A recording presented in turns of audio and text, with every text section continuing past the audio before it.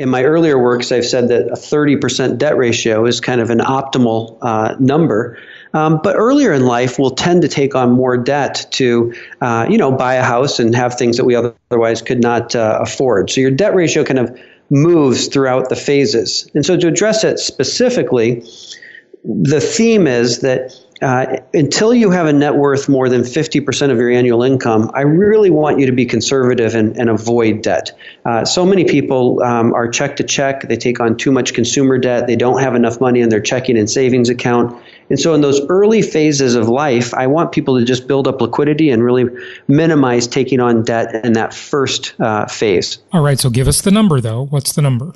Well, basically in the launch phase, I really like zero debt. Build up your retirement plan, build up your checking account, build up your savings account. Don't take on debt until you have some cushion of liquidity.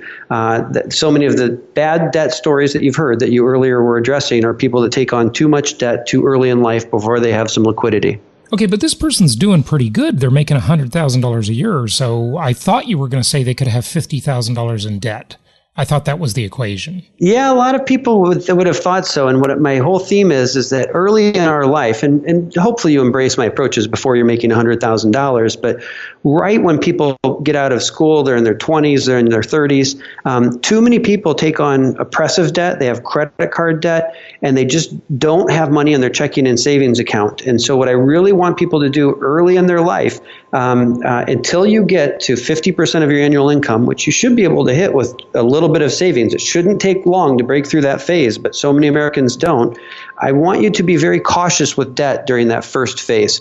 Once you're cautious in that first phase, you now have a foundation where we can take on higher levels of debt in the other phases. Okay, and but it just begs the question, doesn't it, Tom, that we can't just say debt. We did distinguish good debt, bad debt, not all debt's created equal, but what kind of debt? If someone is 25 years old and they're making $100,000 a year and they buy a rental property where you've got what I call self-liquidating debt.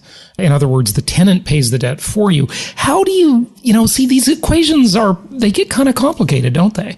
Because it's different when the debt is for, that swanky new car, versus that you have to pay the debt yourself, or your own home where you got to pay your own debt, or, certainly student loans and all that kind of stuff.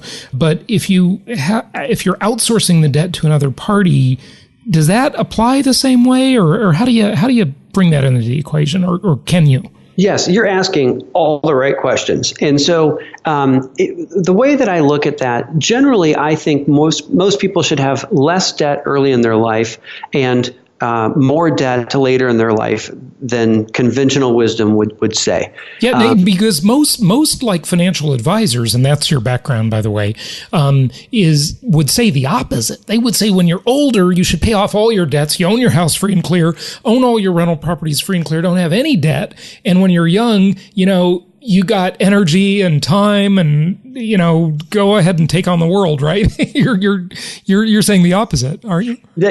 So yes, and you and I are going to be on the same page. Literally, right when I get to the independence phase, it's in that launch phase. So things where people find or are surprised with my opinions. Generally, I believe that until your net worth is 20 times your annual income. So if you make $100,000 until your net worth is more than $2 million. That's a tough equation for most people. Yeah. Okay. Until you have that level of net worth, I need you to have debt, and I need you to have the right debt, the right way, at the lowest possible rate, owning income-producing assets to your exact point, so that you have a higher probability of success in retirement. So throughout life, I know you and I are on the exact same page there, but this nuanced part is not insignificant. That launch phase of life, two people are too quick to take on debt, but they aren't prepared for the curveballs that life can send us.